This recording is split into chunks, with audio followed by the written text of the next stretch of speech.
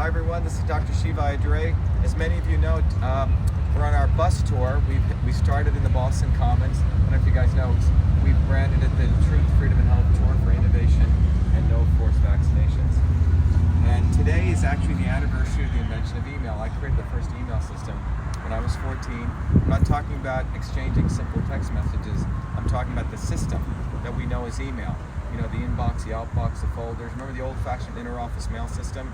I converted that to the electronic version when I was 14 while I was working as a research fellow in a medical institute. This was actually a side project I did because I was asked to help take on this challenge to convert that old-fashioned paper system into the electronic version. I wrote 50,000 lines of code. I called it email. The only reason I named it email was the operating system only accepted 5 characters. And then when I came to MIT, the president of MIT heard about it and he said, you know, you should copyright it to protect your invention because the Supreme Court was not recognizing patents. They didn't know what patents were for software. They knew it for like, devices. And so I wrote away for the copyright forms and had to fill it out all myself. My parents weren't wealthy, we weren't lawyers, or my parents weren't lawyers. And on August 30th, 1982, and we have a copy of that certificate here. Hey Keith, can you get it right out of that bag? It's in that paper. Yeah. Very carefully. So on August 30th, 1982, a 17-year-old kid was issued the first U.S. copyright for email, recognizing me as the inventor of email. I wrote all the code, called it email, and got the first copyright.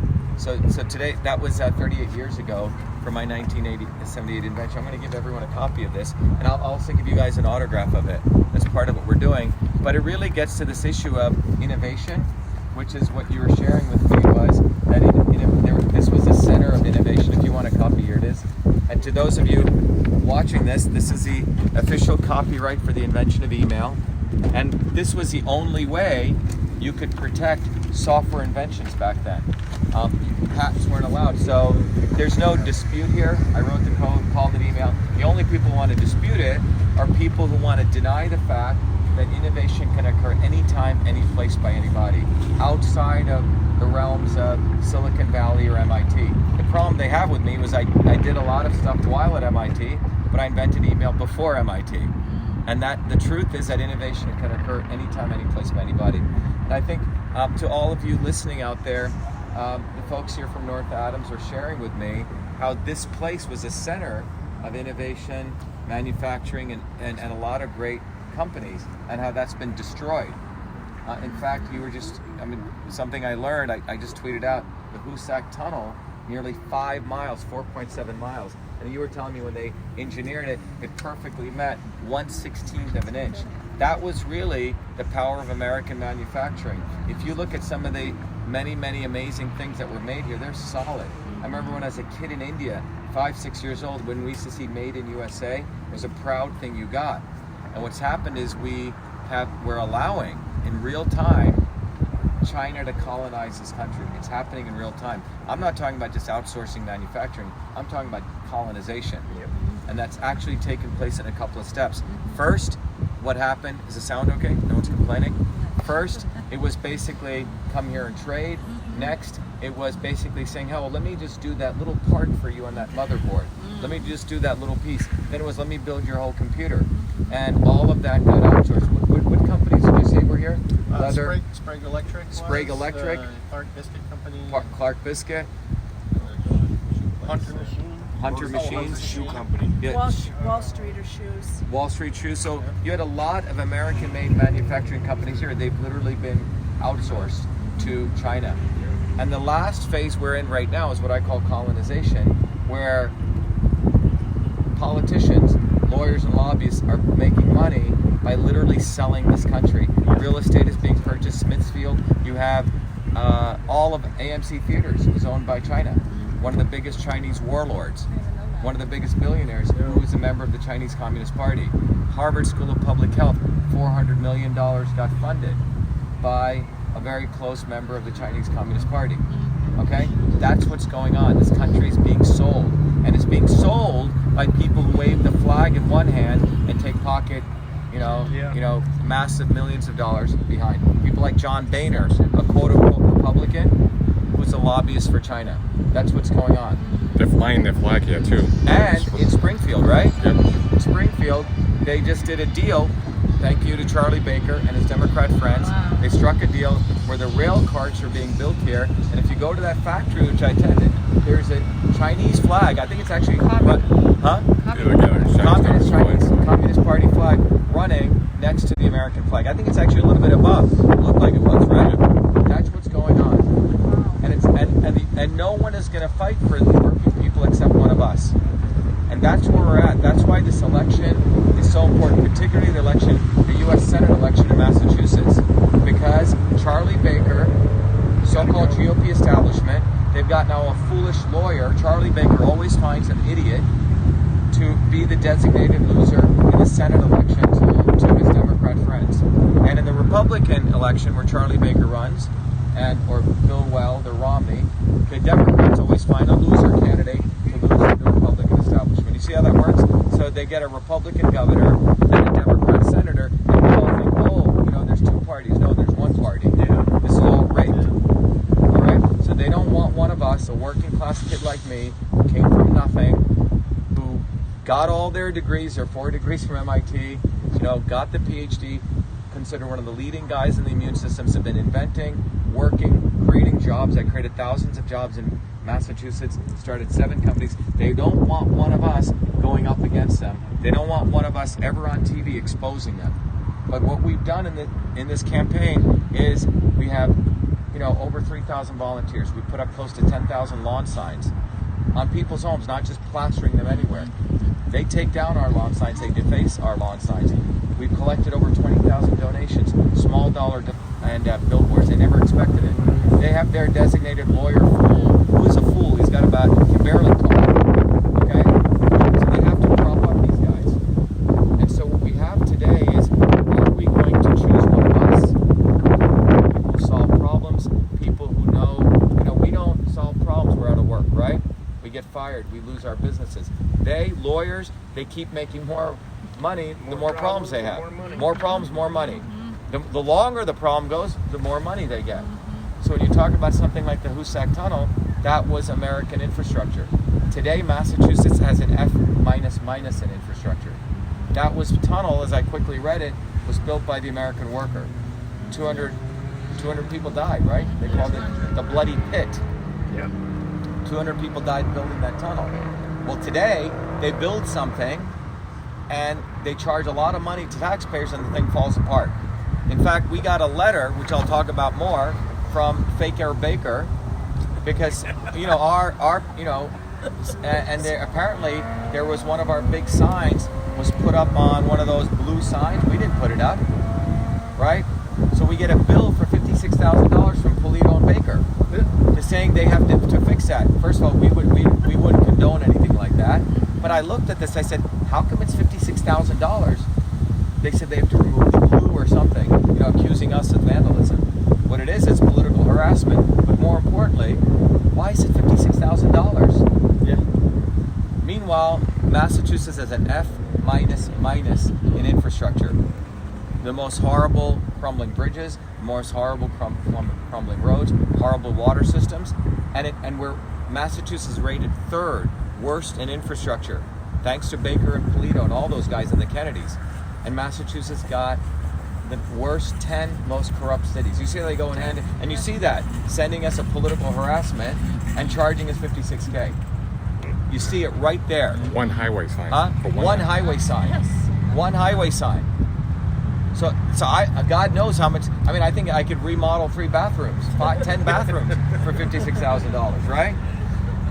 These guys are rip-off artists. Charlie Baker, you're a criminal. We're probably going to sue you too. And Karen Polito. That's a Polito crime family, okay? A lot of construction comes out of there. All the businesses go to them. These people are all criminals. They are treating us like peasants, like King George did.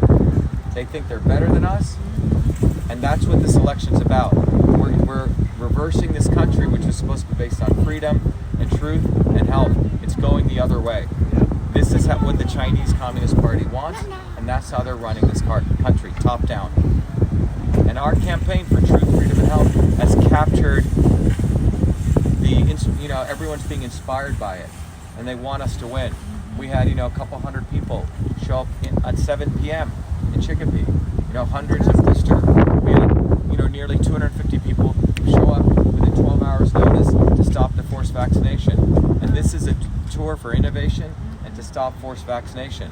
Not only is it on the anniversary of the invention of email, which took place by an American kid in the United States before I came to MIT, but it's also about the fact that freedom is under attack, and this forced vaccination stuff is the epitome of that. It's an attack on truth, it's based on fake science, it's an attack on freedom, and it's a destruction of health, because one size does not fit all. One size does not fit all. Every child is different, every individual is different. They're trying to force everyone to get a flu shot, particularly the children, when the flu shot is ineffective. It's ineffective. This is because it's about power, profit, and control. I was the only guy who exposed Fauci. No one else said anything until I did. We were the ones who collected 120,000 signatures and delivered it to the president. I was the one who wrote to the president saying we should not be doing these lockdowns. I was the guy that the White House called to find out why I wrote that letter to expose Fauci. And then people watched which way the wind was blowing. Then they came out against Fauci. But the reason I was able to do it is because I got that MIT PhD, and they don't know what to do with that. Okay? I'm not their servant to MIT. I'm the servant to you people. And when I mean you people, us, working people. And we've never had one of us fighting this hard for us. And that's why this election is so important. We must win this Republican primary, September 1st. You got to tell all your friends to vote in the primary. That's how they control it. By the time it comes to the general, it's like WWF wrestling, right? They've already chosen, it doesn't matter who wins, Vince McMahon makes money, okay? The establishment makes money, whatever loser wins. So we have to win the primary election. And we win that, it's like a nuke went off to the establishment, because Charlie Baker and the Democrats and the mass GOP establishment are one. They're not our friends. We got to go beyond left or right. We got to go beyond black and white. Working people have to unite. When we were in Pittsfield, we were there, we had our event, and then the Black Lives Matter people showed up. Of course. They had their event, and a lot of them got very curious, because I said, you want to talk about racism? Let's have a real discussion about racism. There is real racism. It's people like Elizabeth Warren are the racists. People who use race to divide us. Yeah. Amen. That's racism. Absolutely. Against the human race. People who tell people to wear masks and social distance. That's racism, because it's against the human race. Because you don't do that. Because it's segregating the masked and the unmasked. The masked people are becoming the robots. Yes. And the people in the human race, we want sunshine. We want people next to us, right? Freedom. That's human race. They're the racists. They want to divide us. They want to mark us. Oh, those people don't wear masks. They're the bad people. Those people wear masks. They're the good people. Those people social distance. They walk feet away from other humans. We have 380 trillion viruses. All of us, each one of us. We got 60 trillion germs. We're walking germ factories. Yeah. We're supposed to interact. We're supposed to hug. Right. We're supposed to shake hands. Yeah. But we're supposed to boost our immune system. And that's how we protect ourselves. Not hiding. You hide inside, particularly black people. When you're indoors, they don't get enough sun. They're most susceptible to reduced vitamin D3 deficiency. Vitamin D3 is like a musket and a gun which blows up viruses. So you stay away from the sun, you're destroying yourself. Get lots of sun now, because they're going to come again with some BS again. Get the sun today. Get the vitamin D3. Hang out with friends. Enjoy life. That's what life is to be about. We're humans. We're not robots. They want to make us robots. That's what China does. They want to make fall in line. That's what China does. And they want to squeeze the middle class working people. That's what China's done. They have the Communist Party elites, and the rest of people live in garbage. Okay? And that's what they want. They want Charlie Baker and their houses on Brattle Street. They want Hollywood and a few people, and the rest of us are supposed to fall in line. One rule for them and another rule for us. And just look, and I'll end with this statistic. Over the last 4 months, 600 billionaires increased their wealth in 6 months to $2.3 trillion. While 38 million Americans lost their jobs. Okay? That's what's going on. It's the biggest transfer of wealth. And they're the racists. Barack Obama started this Yes, in he 2008. He's the racist. He bailed out Wall Street. He didn't even help poor blacks or poor whites. That's what's going on in this. What's that? What happened in And Flint, Michigan. Okay? Elizabeth Warren is a racist. Joe Biden is a racist. Elizabeth Warren, Hillary Clinton is a racist. It's a multiracial aristocracy. We're going back to a kingdom. And the only way out of this is to fight with the right political theory. And that's what this campaign is offering people. Yeah. It's offering people weapons. The weapons of freedom, the weapons of truth, and the weapons of health. And when we get people on these WhatsApp groups, we're organizing ourselves politically. Amen. We're building, and anyone here, one of us is equivalent to 10,000 of them. And it's time we start standing up. And I'm giving you the tools to stand up. When it comes to health, when they come to force vaccinate you, it's because they're based on fake science. And what you want to hit them with is it's precision and personalized medicine. The right medicine for the right person at the right time. That's what science tells us. To tell all the kids they have to get the same vaccines, to tell you everyone's got to get, it's BS science. And that science is brought to you by the modern prostitutes in academia. You pay them enough, they'll tell you the sun is bad for you. You pay them enough, they'll tell you that water is bad for you. You pay them enough, they'll tell you that we all should get vaccinated. You pay them enough, they'll tell you CO2 is bad for you. Okay? Yeah. It's when CO2 levels rose, it's when human populations rose. All right? These people are part of the fake science establishment. So we have the Citizen Science Act that I propose, which puts science back in citizens' hands. And that's how we get back to truth. I propose a Digital Rights Act, which makes sure that the United States Postal Service, which is degenerated, which was supposed to be an institution to protect our communications freedom, initially through mail, but it was, and which they failed. They need to give us the equivalents of Facebook, email, and YouTube that's owned by the people for the people. I have an act for that. Wow. And the last thing is we need to remove these big fat cat middlemen who have purposely increased the cost of healthcare. So if 50 cents, a 5-cent aspirin is selling for $50 when you get your bill. And the insurance companies love it. They want costs high. They want medical costs high. I repeat, they want medical costs high, so you're scared, so you buy their high-paying insurance. And they put us into slavery, into bondage. So we all have to beg for insurance. The goal is, the right solution is, all of us should take care of our own health. We should have a direct relationship with our practitioners, no middlemen. You pay $50 to $75 a month, direct primary care, no insurance. And if God forbid something happens, you get crisis insurance like we do with our cars. The right insurance model is how we do our cars. You find the right mechanic, you shop around, you take care of your car, you make sure you get oil change, you check your tires. I mean, you check your oil and you do your tires, your car will last 300,000 miles, right? You do, right? Yeah. We should do that for ourselves. Check our oil, right? Oil change, deliver, detox your system once in a while. Do the right things. Your body will last a long time. Support the immune system. Vitamin D3, vitamin A, the leafy green vegetables. The iodine, as you age, your thyroid gets weakened. You need more iodine. The vitamin C and zinc. I mean, there's others, but they don't talk about that. They talk about remdesivir, right? They talk about Moderna, vaccines.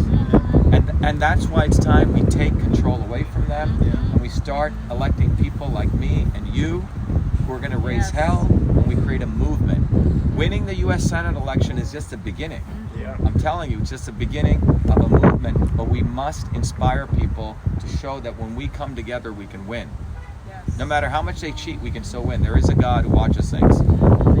All right, so we have to win this primary. That's what this is about: truth, freedom, and health. But I know a lot of politicians don't come here, but I'm not a politician. We have support everywhere. We have Democrats who are sick and tired of it. This Democrat-Republican fix is just nonsense. We're all working people. They separate us. Black Lives Matter signs by people who are the actual racists. It's like Moses putting the red blood so the angel of death walks away. They don't give a damn about black people. Then over here they tell white people to support the police, but they don't support the police. Police and people have always been united. The slogan is not defund the police or BLM. The slogan should be people and police united against them. People and police united. You see, that's the right approach. They want to say if you support the police, you must be a white racist, Yeah. and if you support blacks, you must be, supporting black people, BLM, right? Same thing. They do that every year when an election comes. They want to separate blacks and whites. Yeah. We as whites and blacks should say, no, people and police are united against you. Because the elites will have their private security, and the thugs will have their weapons. They want to disarm us, and they want to separate the police from us. Yeah, there may be one or two police officers, just like in any industry, right? Bad mechanic, bad engineer, right? But overall, these are good people. They live in our communities. They care about the same things we do, Yes. right? Yes. So we got to unite. Yes. So, any Unite. questions? Unite. Unite. Question. Unite. Exactly. Working So- people unite beyond black and white. Yes. So what exactly political party are you with? Republican. Yes. But you have to understand, I ran last year against Elizabeth Warren. I was going to run as a Republican, but Charlie Baker got so afraid, he ran a fool. That's what they do. They run fools. This guy photoshopped a picture shaking hands with Trump, okay? So I ran as an independent. We got our over 26,000 to get on the ballot. I should have been on the debate stage. Elizabeth Warren, the Democrat, and this guy Dirty Deal, the Republican, colluded against us to keep us off the debate stage illegally. In spite of that, we got 100,000 votes, 5 times more than any independent candidate in Massachusetts history. That's a victory. That's a victory. What about what Trump has signed and people are afraid that it's going to defund Social Security? You're aware of what I'm yes, talking yeah. about? So look, the real issue here is this, okay? That when you look at the buckets of the economy, all right? When you look at this is a simple way to understand the economy. There's 3 big buckets. When a politician gets elected, let's say you get elected to the House of Representatives, how many years you have? 2, right?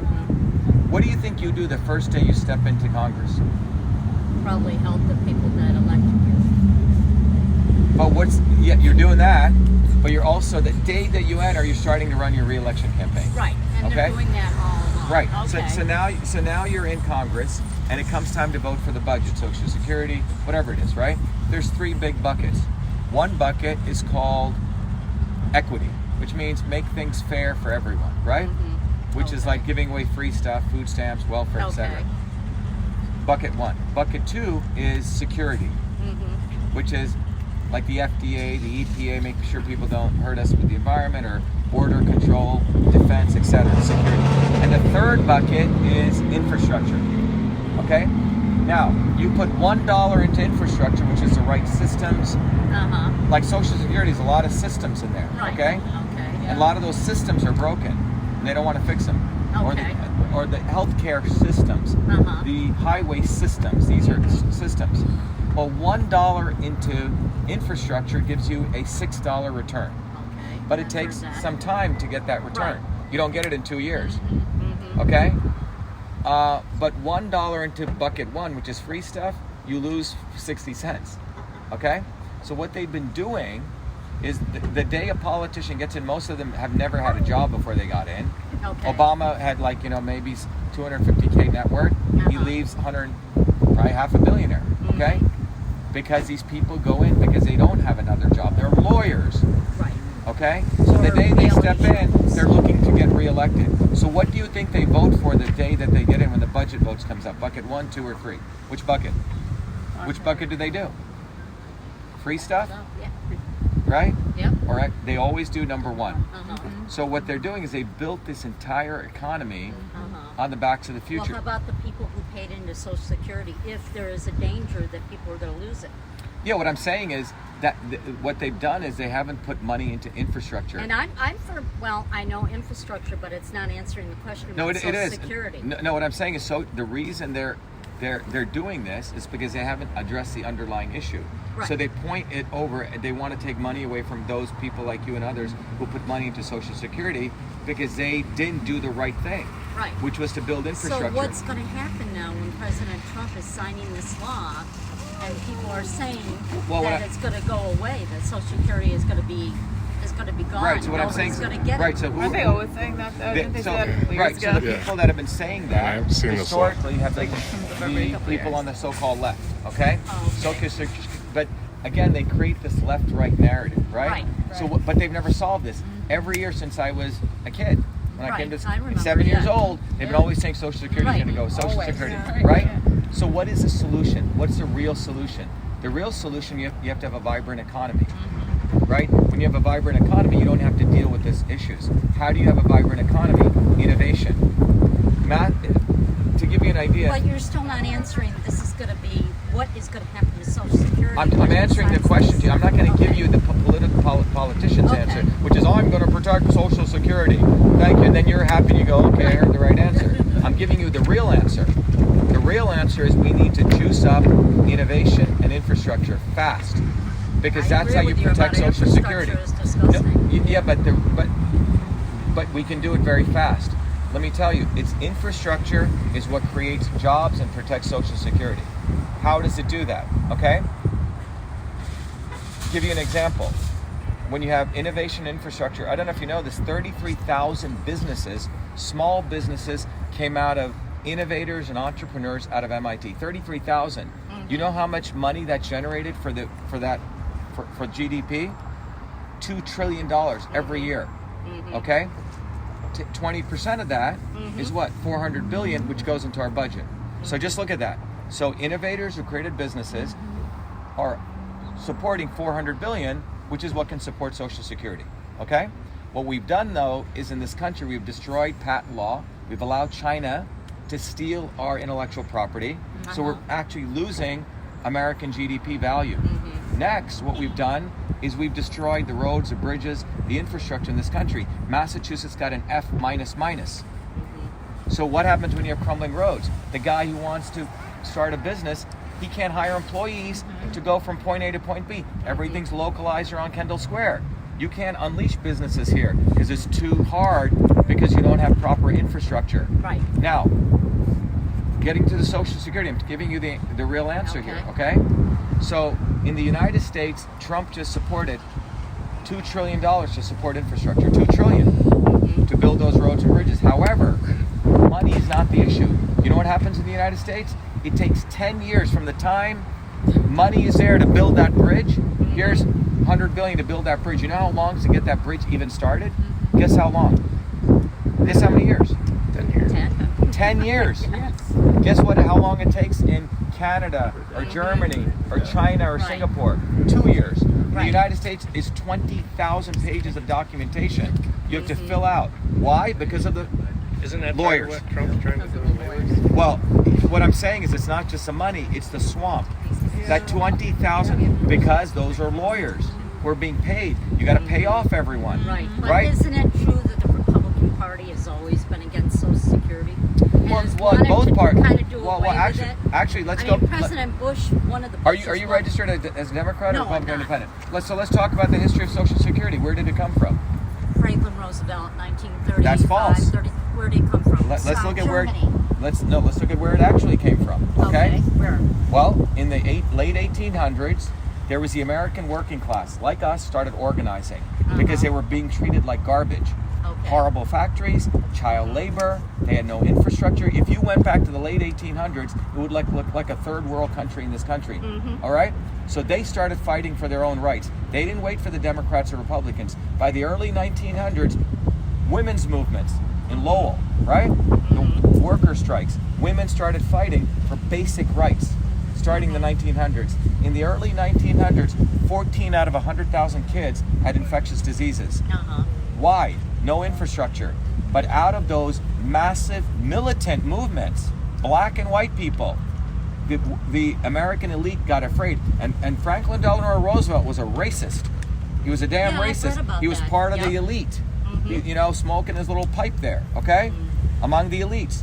But the American working class, in the Haymarket riots, where 3 workers were shot, by the way, that was named May Day, which was then the communists took over, but it started here. It was the American working class rose up militantly. And you know what the elites did? Because Franklin Delano Roosevelt had a gun put to his head, they said, you better do stuff or else we're going to have a revolution. Out of that, he threw us a bone, which was Social Security. It was a bone. Out of that, we got the 8-hour workday. Out of that, they stopped child labor. And then before that, they even got more scared. And that's when they started doing nutrition and sanitation and hygiene. And the infectious disease rate went from 14 out of 100,000 to 0.5 out of 100,000 long before vaccines were created. So let's give credit as due, not to this racist Franklin Delano Roosevelt. You have to get on the road. It's 3 o'clock. I will. Let me finish this. But I want to go. You're looking at someone. I'm an engineer. I've made my money going to the root of the problem. I'm not going to say, oh yeah, yes, I support Social Security. We should defend it. Okay, and I get off my way. No. In 2 years, if we actually eliminated, and we could reduce that, by the way, there's a great paper written by Philip Howard, which says that 20,000 pieces of paperwork to start an infrastructure project could be reduced to 300 pieces of paper. Okay. You do that, we increase the GDP. You don't have the Social Security problem issue, right? But you suffocate small businesses like what happened here. How about You- increase the payroll tax instead of doing away with it like he's doing from Well, September to so December? what I'm saying is, it's not pro-tax, anti-tax. You see what they do? Democrats are for taxes. Republicans are Well, they're against not tax. for taxes. I mean, Well, we have a no, big debt now since I know, Trump's been I- in office. No, so. but the issue The debt is... has been there way before Trump. Look, Well, no, he said he was going to do away with it, and he no, hasn't. look, this is the issue, okay? The real issue is Trump knew this economy was going to go down the tubes. Uh-huh. So there's two things he was trying to do to soften that fall. Uh-huh. He was trying to bring manufacturing back, okay? Number one. Number two, he was trying to stop China from stealing intellectual property. Okay. Why? This country's greatness was based on innovation and the patent laws, It'd be which like a half protected hour late small to the next innovators time. like me, okay? 33,000 businesses came out of one institution, which creates $2 trillion to the GDP. What's the GDP of the United States? What's the GDP? 22 trillion. So Okay. 10% of the GDP comes from 33,000 businesses. And you take 20% of that, which is taxes, roughly. 20% of 22 trillion is the 4 trillion that goes into our budget. So think about that. 33,000 companies generated $400 billion every year. Now what about if we had more innovation? That's the real solution. Meanwhile, they don't want to discuss it because these scumbag politicians, year over year, they say no tax, pro-tax, right? Pro-Social Security, and they got us into this nonsensical discussion. I'm telling you, they bound the discussion. Oh, Trump is against Social Security. Are you for it? No, it's Well, not if that. he's defunding No, but that's the not payroll the. tax, how's that No, gonna but help that's not the anything in the issue. future? That's not the issue. The issue is we got to go to the root of the problem. Dylan. We have to unleash Dylan. innovation. Okay? Help me. And you're talking to an innovator. I created thousands of jobs. Okay, so I've added. Can you grab one of these phones? I've contributed more to Social Security Thank than these lawyers have, than Ed Markey has. So you got to start looking at the root of the problem. And I'm here to give you the root of the problem and the solution. Real problem, real solution. That's what the founders did. And it can only happen when we, the working people, rise up and elect people like me, not these lawyers. Because they're going to come here and say, yes, what's your name? They say, Mary, yes, I'm for Social Security. I'm going to Yeah, defend well, I it. realize And you're going to that. say, oh, what a nice guy. Now, why don't you have on your thing Republican for U.S. Senate? Republican ballot. Yeah. Yeah. Why don't you? Why should I? Well, I mean, most of the politicians have. I'm not a Republican or politician. Democrat. I'm not a politician. The Republican. I'm not here to promote the Republican Party establishment. I care for the people of this country. Okay. And remember what Washington said. What did he say? He was against all parties. All parties. Right, he was. Yes. Yep. So Oh, I got one. I have my credentials. That's who I am. And you have your credentials. Excuse me, Garcia. Okay. We have to go. Yeah, we're gonna be like a half hour late. We got to We have to change go. the And you're running questions. against Elizabeth Warren. No. I'm running, and the Republicans are establishment. Okay. It doesn't matter.